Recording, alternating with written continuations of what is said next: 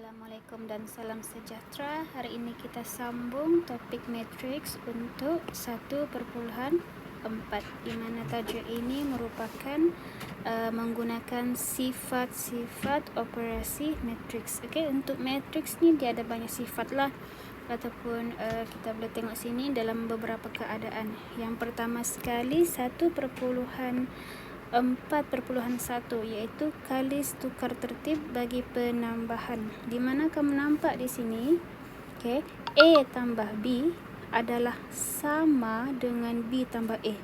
Okey, ini adalah sifat yang pertama.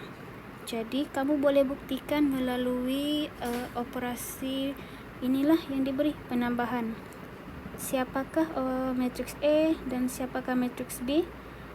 Bila kamu tambah, adakah ia sama dengan bila kita terbalikkan B, matriks B ditambah dengan A? Ini adalah yang pertama. Okey, sifat yang pertama lah operasi matriks. Jadi bila kamu tengok di sini, okay, ini ada contoh di nota kamu, diberi matriks A dan matriks B. Adakah matriks A ditambah dengan B sama dengan matriks B ditambah dengan matriks A? Jadi kamu boleh buat di sini, buat dia punya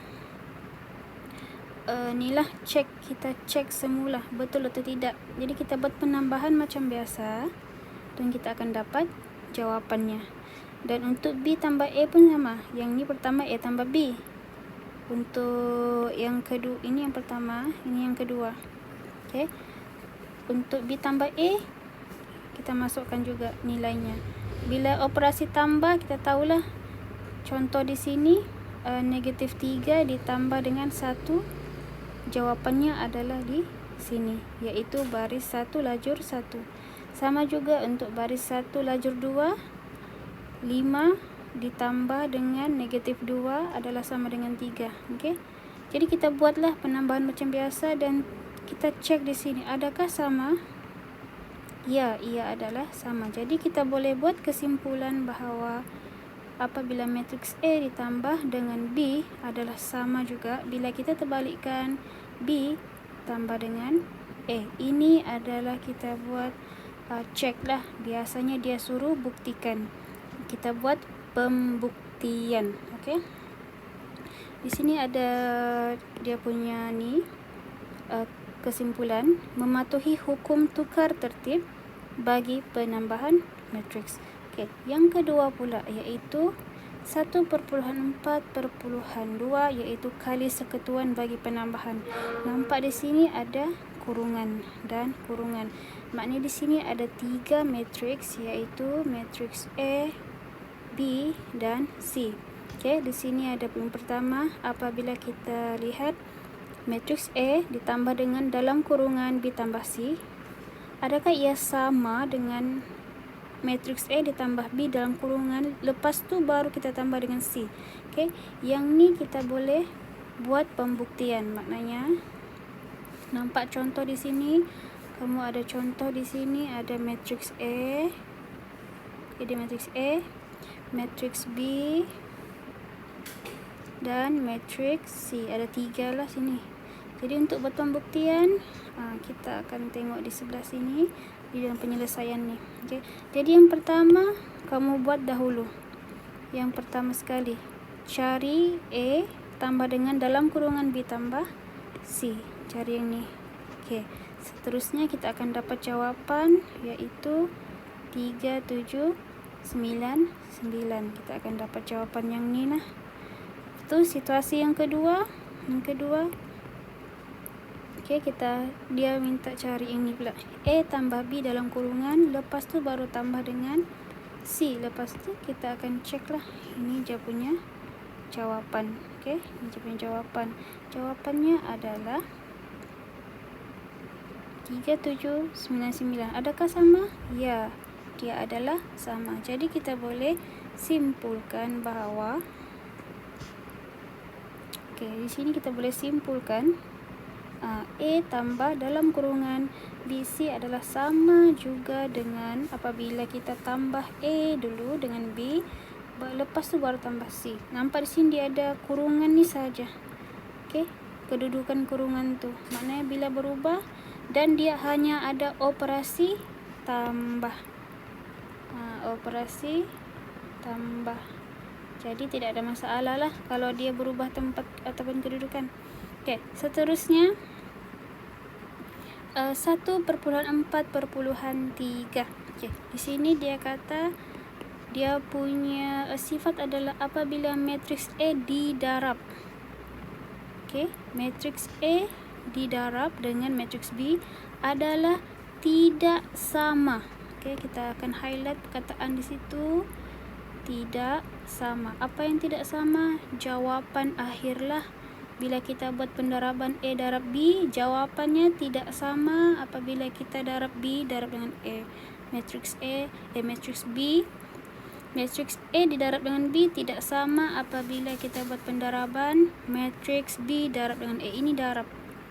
Pendaraban. Okey. Tetapi dia ada satu keadaan. Okey, keadaan apabila matriks itu adalah matriks segi yang mungkin sama. Mungkin ada kemungkinan, tetapi asalnya dia tidak sama. Bila kita jumpa ni, okey, kita tengok contoh. Di sini. Okey, contoh 1, adakah ni? Soalannya adakah A B sama dengan BA? Jadi kita buat pembuktian. Jadi kamu kena buat isilah A, B, siapa?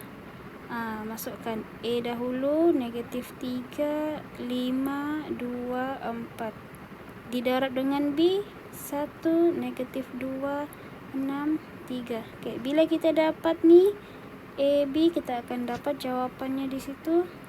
27, 21, 26, 8. Ini A darab B. Okay, kita sudah dapat yang ni. Seterusnya kita dah cari pula BA. BA kita darab pula BA. Adakah sama dengan yang sebelah ni? Kita darablah B darab dengan A. Siapakah matriks B? Kita masukkan. Lepas tu di sebelahnya kita masukkan yang ni lah. Soalan tu. Okay, lepas tu kita buatlah pendaraban macam biasa. Kita buat pendaraban macam biasa. Dan kita akan dapat jawapannya adalah negatif 7, negatif 3, negatif 12, 42. Okey, ini adalah BA. Jadi kita ada dua jawapan. Adakah sama? Tidak sama. Okey, tidak sama. Jadi kita boleh simpulkan bahawa matriks A darab P adalah tidak sama dengan matriks B didarab dengan A. Okey. Kamu akan baca semua nota ni, baca sehingga kamu faham. Sebab di sini banyak dia punya penerangan dan jalan kerja. Okey, seterusnya adalah 1.4.4.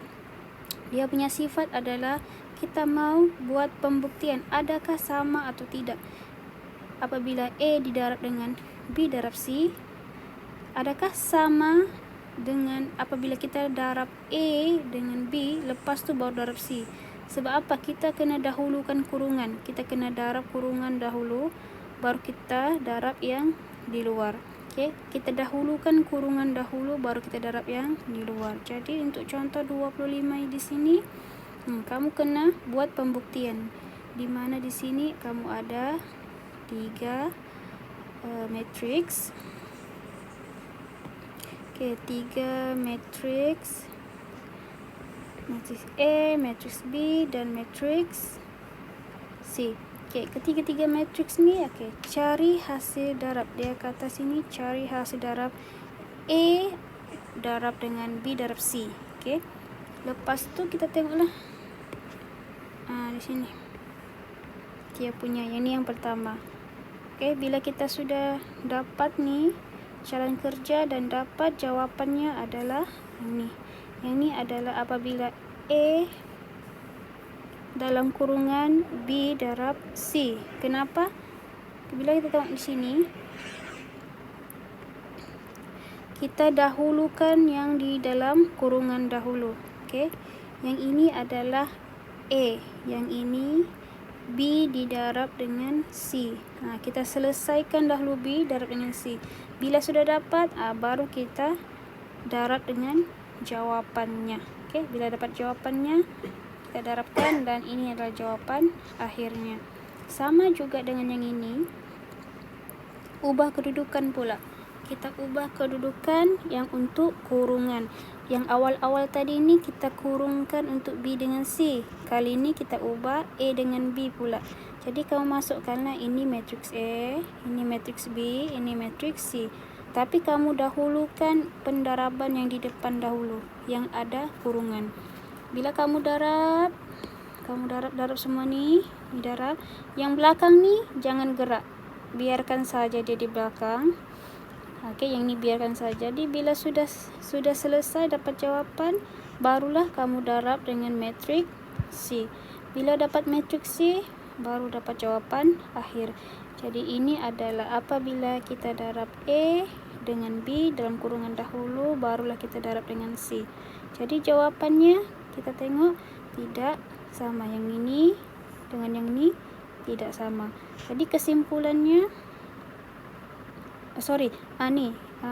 sama. Okey, ni adalah sama. 156, 150, 138, 120. Ni pun sama. Maknanya kita boleh buat kesimpulan A apabila didarab dengan matriks B darab C dalam kurungan adalah sama dengan AB dalam kurungan ni didarab dan lepas tu baru darab dengan C. Jadi dia adalah mematuhi hukum, jadi sama. Okey, itu yang 1/4. Okey, yang ni pula yang kelima pula. Okey, dia bagi sini situasi, banyaklah sini situasi. A bila didarab pula dengan B tambah C. Jadi kita dahulukan tambah dahulu dalam kurungan. Kita dahulukan yang tambah, lepas tu dapat jawapan baru kita darab dengan yang di luar. Okey, yang ini pula darab dahulu, dapat jawapan baru kita tambah dengan jawapan yang sudah kita darab untuk B dengan C. Bila kamu buat latihan, kamu akan faham. Kamu kena baca satu-satu sampai habis. Okay, banyak penerangan kamu boleh baca dan fahami. Jadi kita masuk untuk latihan 11 lah. Okay, untuk video seterusnya.